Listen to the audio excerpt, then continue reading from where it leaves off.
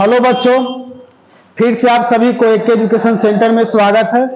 पिछले वीडियो में हमने पढ़े थे प्रकाश के परावर्तन के बारे में, फिर उसके पढ़े प्रकार के बारे में, फिर पढ़े दर्पण के बारे में, फिर पढ़े कि दर्पण कितने प्रकार के होते हैं, और फिर हम लोग पढ़े थे आपतित किरण, परावर्तित किरण, आपतन बिंदु, अभिलंब और कुछ पढ़े थे आपतन कोण और परावर्तन कोण के बारे में हम लोग पढ़े थे। अब हम लोग पढ़ेंगे पार्ट 4 वीडियो। अब क्या पढ़ेंगे? Part 4 video. यह आपका प्रकाश का परावर्तन के पार्ट कुछ है 4 कुछ वीडियो है। चले इसमें हम लोग पढ़ेंगे प्रकाश के परावर्तन के नियम। क्या पढ़ेंगे बाबू? प्रकाश के परावर्तन के नियम। प्रकाश के परावर्तन, प्रकाश के परावर्तन के नियम।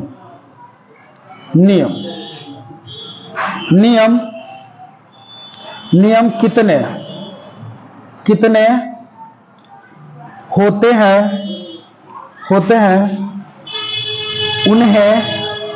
उन्हें लिखें। उन्हें कौन सी करे? लिखें।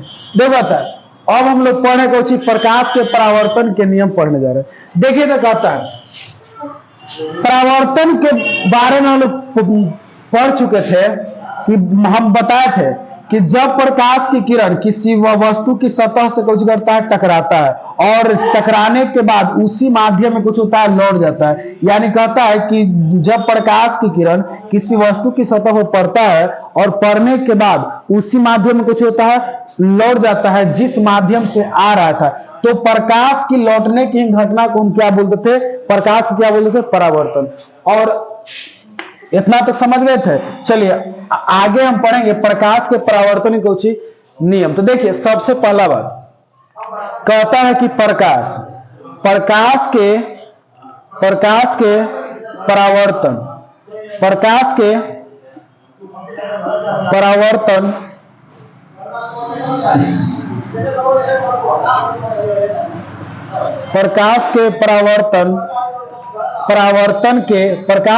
परावर्तन के 2 नियम है। कितने नियम है? 2 नियम है। प्रकाश के परावर्तन कितने नियम है? 2 नियम है। पहला कहता है कुछ, देखो पहला कहता है कि आपतित किरण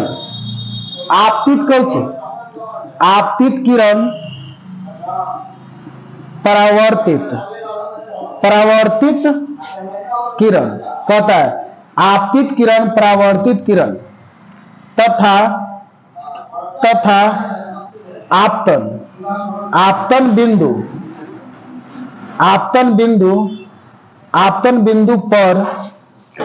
बिंदु पर डाले गए अभिलंब, अभिलंब तीनों एक ही बिंदु पर होते हैं। तीनों एक ही बिंदु पर होते हैं। पहला नियम कौन कहता है कि आपतित किरण, परावर्तित किरण तथा आपतन बिंदु पर डाले गए अभिलंब, तीनों कौच होते एक ही तल में होते हैं, एक ही बिंदु पर होते हैं। जैसे कि देख कहता है कि मान लिया जाए, कहता है कि यह एक कौच समतल दर्पण है। कैसा दर्पण है? समतल दर्पण। ठीक है, एक समतल दर्पण माना कि अब क्या बताया कि दर्पण के सतह पर पड़ने वाली किरण को, दर्पण के सतह पर पड़ने वाली किरण को क्या हम बोलते हैं? आपतित किरण। यहां तक समझो, दर्पण के सतह पर पड़ने वाली किरण को क्या बोलते हैं? आपतित किरण। और बताए थे कि आपतित किरण जिस बिंदु पर पड़ता है, बताए थे कि आपतित किरण जिस बिंदु पर पड़ता है उस बिंदु को बोलते हैं आपतन बिंदु। आपतन कुछ बोलते हैं, बिंदु बोलते हैं, आपतन बिंदु बोलते हैं।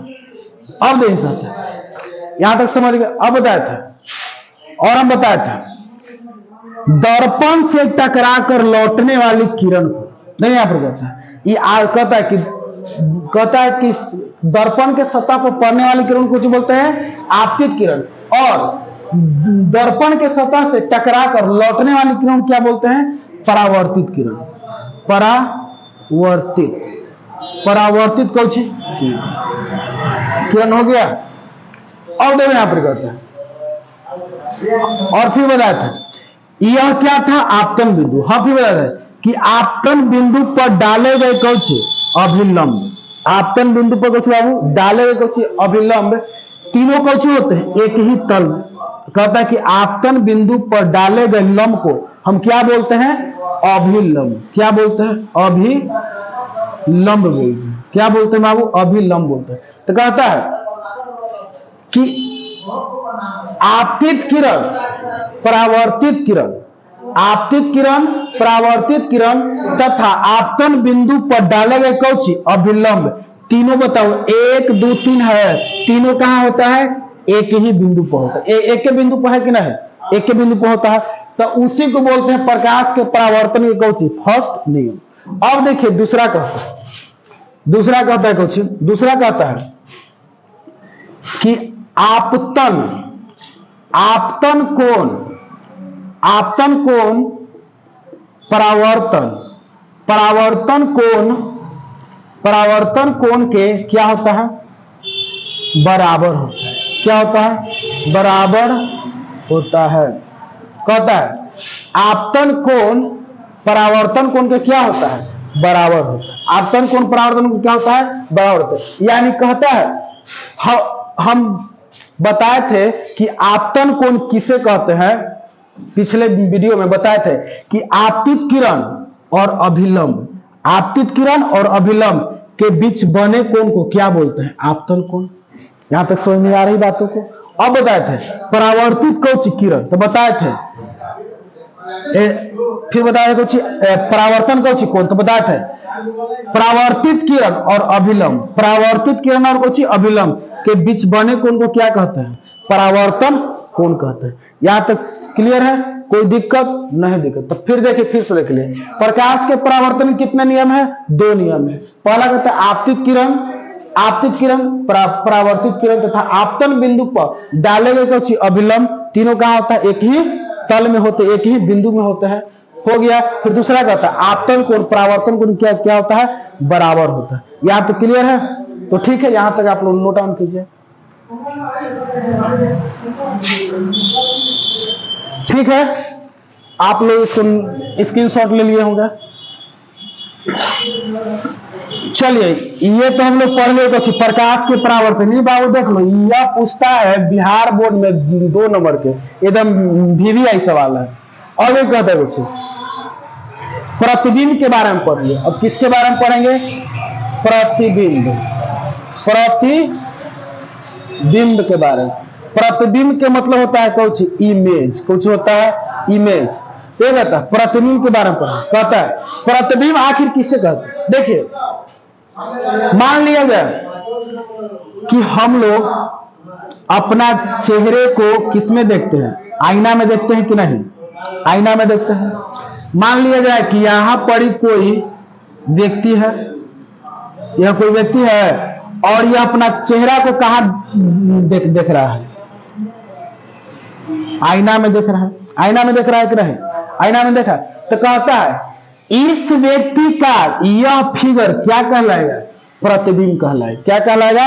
प्रतिबिंब कहलाएगा। समझ रहे इस बात को? कहता है प्रतिबिंब के मतलब समझ गए? कहता है कि जब हम अपने फेस को आईना में या दर्पण में कुछ करते हैं, देखते हैं, तो वह जो फिगर दिखाई देता है वही क्या कहलाता है? इमेज कहलाता है। क्या कहलाता है? प्रतिबिंब कहलाता है। समझ गए यहां तक? अब कहता है प्रतिबिंब का निर्माण आखिर होता है तो कैसे होता है? तो देखिए, कहता है प्रतिबिंब का निर्माण कैसे होता है? देखिए, कहता है कि मान लिया जाए कि कुछ एक समतल दर्पण है।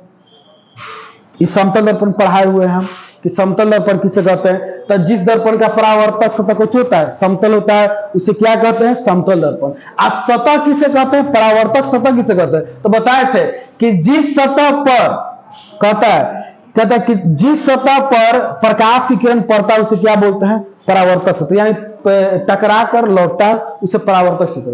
और वो कहता है यह कौन सी किरण, यह कौन सा दर्पण है? तो इसको बोलते हैं अवतल दर्पण। अवतल दर्पण बताए थे कि जिसका परावर्तक सतह क्या हो? धंसा हुआ हो। क्या हो? धंसा, उसे क्या बोलते हैं? अवतल दर्पण। अब नहीं कहता है किसी बिंदु से, मान लिया यहाँ पर कोई बिंदु है, समझ रहे? कहता है कि जब प्रकाश की किरण किसी बिंदु से आता है, आया यहाँ पर, और दर्पण से परावर्तन या अपवर्तन के बाद, अब ये कहता है कि समतल दर्पण में ऐसे प्रकाश की किरण गया। हम बताए थे कि जब प्रकाश की किरण 90 डिग्री से समतल दर्पण को पड़ता है तो 90 डिग्री से ही कुछ होता है, लौट आता है। लौटा है, बहुत बढ़िया। अब यह कहता है, अब कहता है प्रतिबिंब को बनाने के लिए कम से कम कितने किरण की आवश्यकता होती है? 2 किरण की आवश्यकता होती है। कितने किरण की आवश्यकता होती है? 2 किरण की आवश्यकता होती है। तो देखिए हम लोग 2 किरण ले लिए, और यह देखो प्रकाश के परावर्तन के नियम को पालन करते हुए लौट गया। अब देखो यह कहीं ना कहीं जाकर क्या होगा? कटेगा। मान लीजिए कि यहां पर जाके कट गया, यहां पर जाके कट गया। अब देख सकते हैं, इतना समझ गए? यानी कहता है कि यहां पर कोई व्यक्ति है, ऐसे आगे बनेगा, हम इसका मतलब इमेज और आगे जाएगा, लेकिन हम समझाने के लिए थोड़ा छोटा ले लिए। अब ये कहता है मान लिया कि इसे है, ये सब क्या होता है आगे के पार्ट में हम लोग देखेंगे। देखिए कहता है यहां से यहां एक बिंदु है, यहां से प्रकाश किरण गया, ऐसे टकरा के आ गया। समझ रहे इस बात को? अब कहता है यहां से एक प्रकाश किरण गया, हाँ यहां से गया और यहां पर इसे टकरा के चला गया। समझे? ऐसे में देखो ऐसे गया, ऐसे आया। अब कहता है इसको, इस सब आगे क्लास में समझाएंगे कि सब क्या होता है, ठीक ना? और देखो कहता है यहां तक समझे, वहां पर कट गया तो कहता है कि किसी बिंदु से आ रही कौची? प्रकाश की किरण आ रही है, प्रकाश की किरण। कहता है किसी बिंदु से आ रही कौची? प्रकाश की किरण दर्पण से कौची? परावर्तन के बाद, परावर्तन के कौची?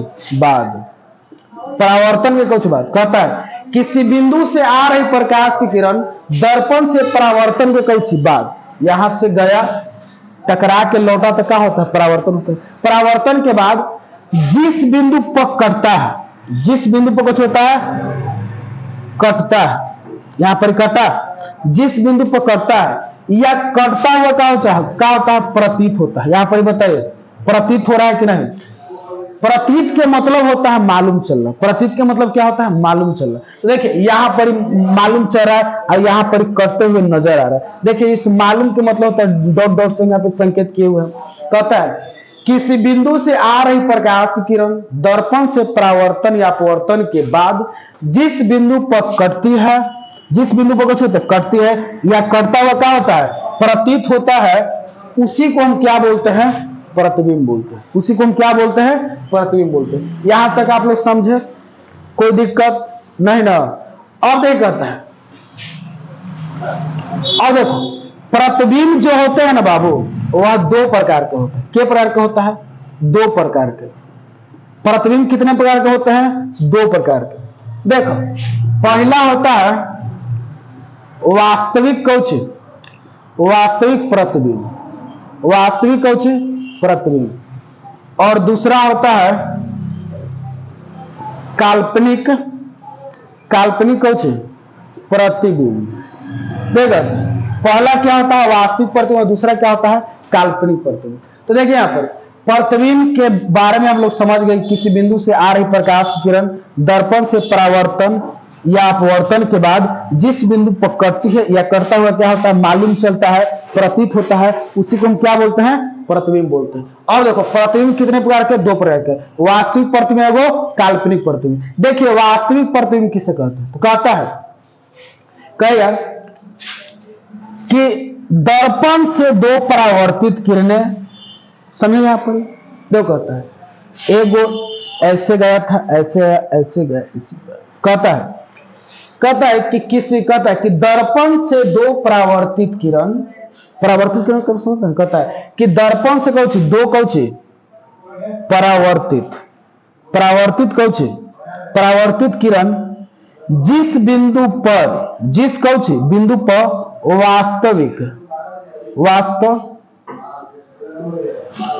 वास्तविक वास्तविक कौची रूप से करता है, कुछ करता है, कहता है कि दर्पण से दो कौची परावर्तित किरण जिस बिंदु पर वास्तविक रूप से करता है उसे हम क्या कहते हैं? वास्तविक प्रतिबिंब। क्या कहते हैं? वास्तविक प्रतिबिंब का मतलब हुआ कि जो किरण कटे वह कैसा हो, पता चले, मालूम चले, उसी को हम क्या बोलते हैं? वास्तविक प्रतिबिंब। अब एक काल्पनिक के मतलब होता है कि इमेजिन करना, समझे ना, एकदम इमेज, मतलब उसको पता वो कट रहा है लेकिन हम लोग के पता नहीं चल रहा है, लेकिन उसका मतलब कहेंगे अनुभव करें कि हाँ वो कट रहा है। जैसे देखिएगा कि दर्पण से दो कौची परावर्तित किरण, देखो एगो ऐसे गया था 90 डिग्री से और 90 डिग्री से चला था, फिर ऐसे यहां पर कटा, तो कहता है कि दर्पण से दो कौची परावर्तित किरण जिस बिंदु पर कौची काल्पनिक रूप से करता हो। कैसे करता हो? काल्पनिक रूप से करता हो, उसे हम क्या बोलते हैं?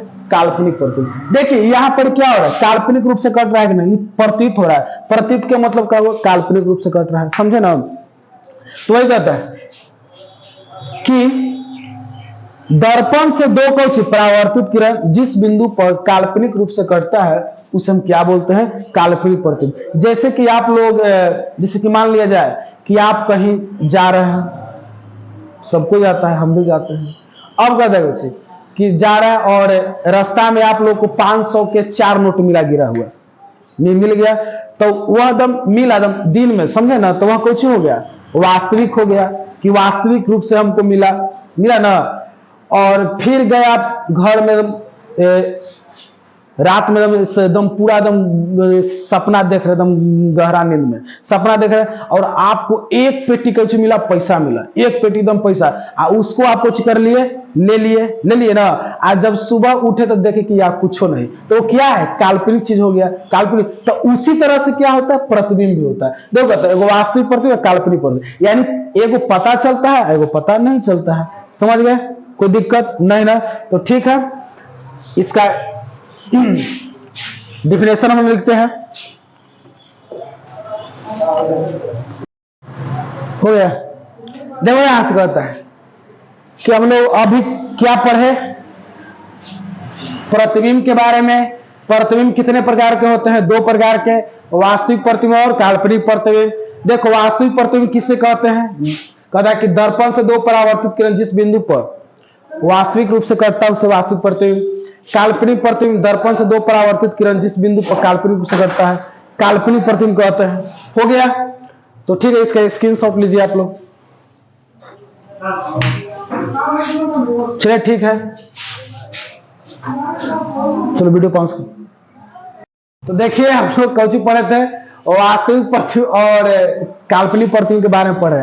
और ये कहता है कि वास्तविक प्रतिबिंब किसे कहते हैं और काल्पनिक प्रतिबिंब हम लोग किसे कहते हैं। देखो कहता है वास्तविक प्रतिबिंब और काल्पनिक प्रतिबिंब में कुछ निम्नलिखित कुछ बाबू अंतर है। देखो कहता है यह जो होता है वास्तविक कटान से बनता है और जबकि यह से बनता है काल्पनिक कटान से। हम अभी आपको बताया है कि इस तरह से कुछ अवतल कुछ दर्पण है और इसमें से गया ऐसे, फिर ऐसे आया यहां से एक बिंदु से, और फिर ऐसे। अब बताओ यहां पर यह बताइए वास्तविक कटान से बना कि नहीं बना? वास्तविक कटान से।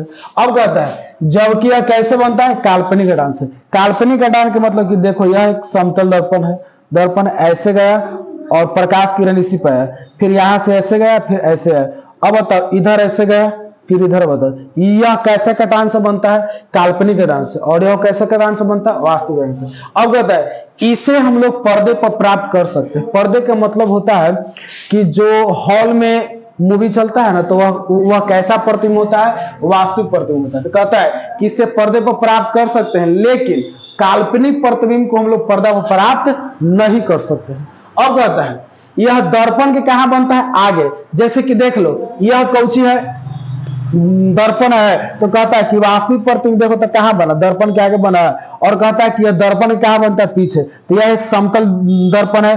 हम लोग जब भी एक समतल जब भी हम लोग आईना में अपना फेस को देखते हैं तो क्या आगे देखते हैं कि पीछे देखते हैं, तो पीछे देखते हैं। तो वह कैसा प्रतिबिंब है, तो काल्पनिक प्रतिबिंब। तो वही कहता है कि काल्पनिक प्रतिबिंब हमेशा दर्पण के कहाँ बनता है, पीछे बनता है।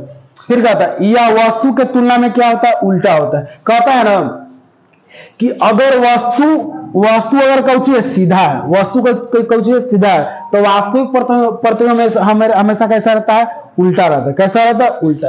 अब कहता है जबकि यह वस्तु के तुलना में कैसा होता है, सीधा। जैसे कि मान लिया जाए कि हम लोग समतल दर्पण के सामने गए तो हमारा थोड़ी है ना कि मूड़ी जो होता है नीचे होता है, पैर हमारा ऊपर होता है, नहीं ना होता है। यानी कहता है कि वास्तविक जो काल्पनिक प्रतिबिंब होता है वस्तु की तुलना में कैसा होता है, सीधा। जैसा अभी आप यहाँ, अभी हम यहाँ हैं, तो हमारा भी कुछ होगा, सीधे होगा।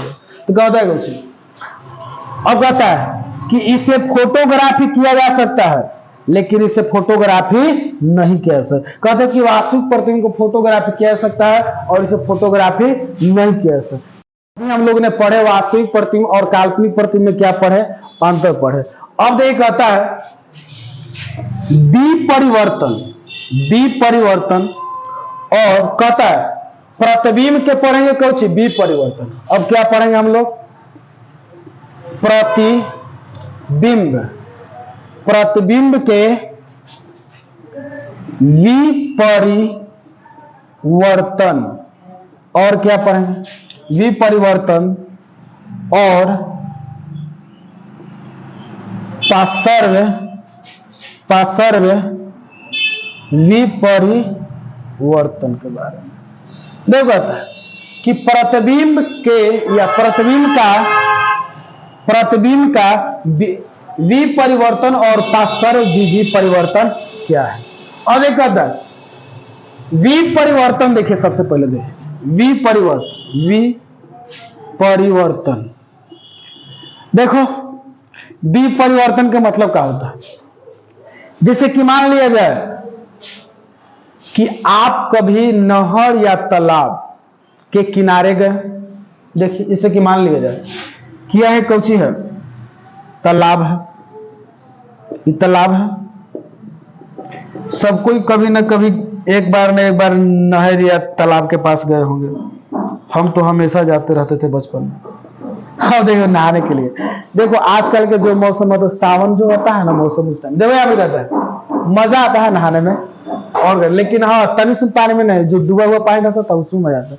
और ये कहता है कि मान लिया जाए कि यह तालाब है और तालाब के ऊपर वाला सतह है, मतलब ऊपर वाला भाग है, जिस पे कोई व्यक्ति खा रहा है।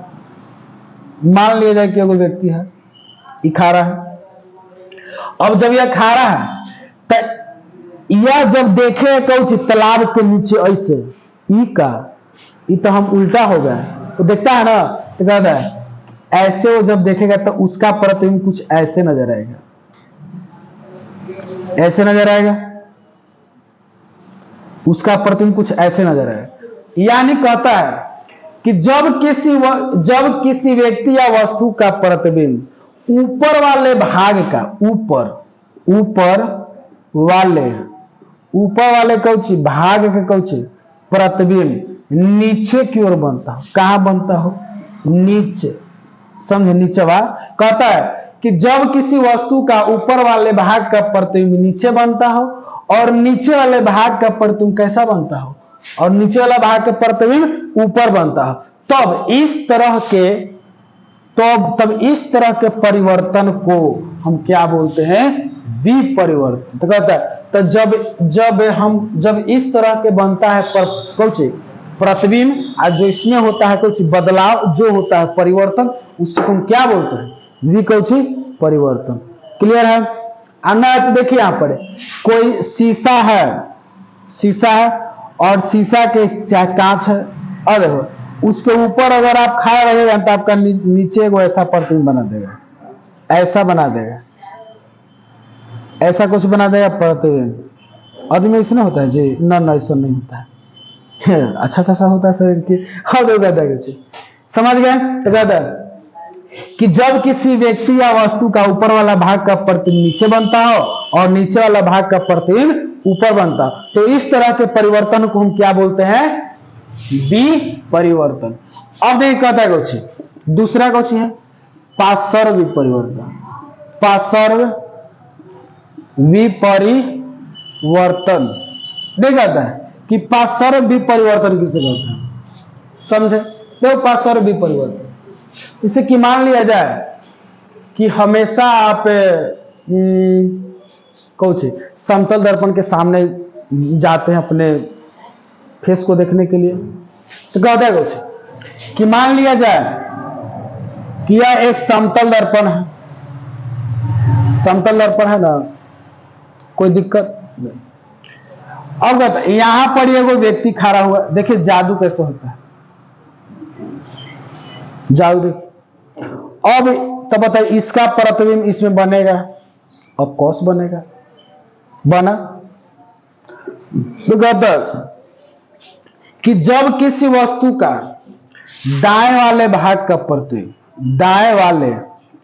दाएं वाले कुछ भाग का प्रतिबिंब, कहता है कि जब किसी वस्तु का दाएं वाले, दाएं किधर इधर है, आप लोग के लग रहा हो कि वाला दाएं है, ये आपको लग रहा होगा, क्या कि आप लोग ऐसे देख रहे हैं, अगर ऐसे देखिएगा तब पता चले। तो कहता है कि जब किसी वस्तु का दाएं वाले भाग का प्रतिबिंब बाएं की ओर बनता हो, कि किस ओर बनता हो, बाएं की ओर बनता हो, और बाएं वाले भाग का प्रतिबिंब दाएं की ओर बनता हो, तो इसको हम क्या बोलते हैं, बोलो? तो इस तरह के परिवर्तन को बोलते हैं पार्श्व विपरिवर्तन। इसे कि मान लिया जाए कि देखिए यह एक हम लिख दिए 18 लिख दिए, 18 लिख दिए, देखिएगा, और एक वो यहां व्यक्ति है और एक वो यहां व्यक्ति है। ई कहेगा कि ये 81 है, ई कहेगा कि 18 है, दोनों में कस के हो जाएगा झगड़ा, नहीं हो जाएगा? ऊ कहे कि 18, ई कहे कि 18, ई कहे कुछ 81 है, कहेगा ना। तो उसी तरह से होता है कुछ पार्श्व विपरिवर्तन, यानी कहता है कि दाएं वाले भाग का प्रतिबिंब किस ओर, बाएं की ओर, किस ओर, बाएं की ओर, और बाएं वाला भाग का प्रतिबिंब दाएं की ओर बनता है, तो इस तरह के प्रतिबिंब को हम क्या बोलते हैं? पार्श्व विपरिवर्तन। इस तरह के परिवर्तन को बोलते हैं पार्श्व विपरिवर्तन बोलते हैं। कोई दिक्कत नहीं होती। जैसे कि मान लिया जाए कि आप कीजिए प्रैक्टिकल, अगर आपको नहीं समझ में आता है तो एक पी अक्षर को ऐसे लिख लीजिए और उसको समतल दर्पण के सामने ले जाइए, कुछ है इस तरह का नजर आएगा, समझे? यानी उल्टा पुल्टा नजर आता है, ठीक ना, इधर वाला इधर हो जाएगा, इधर वाला इधर हो जाएगा, समझे? तो इसी को बोलते, तो इस तरह के परिवर्तन को क्या बोलते हैं? पार्श्व विपरिवर्तन। तो ठीक है, इसका डेफिनेशन हम लिखते हैं। तो कौची पढ़े थे हम लोग कि प्रतिबिंब का विपरिवर्तन और पार्श्व विपरिवर्तन। तो बताए थे कौची कि जब किसी वस्तु का ऊपर वाले भाग का प्रतिबिंब नीचे की ओर बनता हो और नीचे वाले भाग का प्रतिबिंब ऊपर की ओर बनता हो, तो ऐसे परिवर्तन को हम क्या बोलते हैं? विपरिवर्तन। फिर बताया था पार्श्व विपरिवर्तन। विपरिवर्तन कहता है जब किसी वस्तु का दाएं वाले भाग का प्रतिबिंब बाएं की ओर बनता हो और बाएं वाले भाग का प्रतिबिंब दाएं की ओर बनता हो, तो इस तरह के परिवर्तन को हम क्या बोलते हैं? पार्श्व विपरिवर्तन। तो आज के लिए इतना ही, मिलते हैं नेक्स्ट वीडियो में। तो आई होप कि आज जितना भी हम बताए होंगे आप सभी को अच्छी तरह समझ में आया होगा। कोई दिक्कत, अगर कोई दिक्कत नहीं है तो आप AK एजुकेशन सेंटर को शेयर कीजिए, कमेंट्स कीजिए और सब्सक्राइब कीजिए, क्या है कि आप सभी का इसी सब चीजों का इंतजार रहता है, समझे? जो भी अगर दिक्कत हो तो आप लोग कमेंट्स कीजिए, समझे? ठीक है, धन्यवाद, जय हिंद।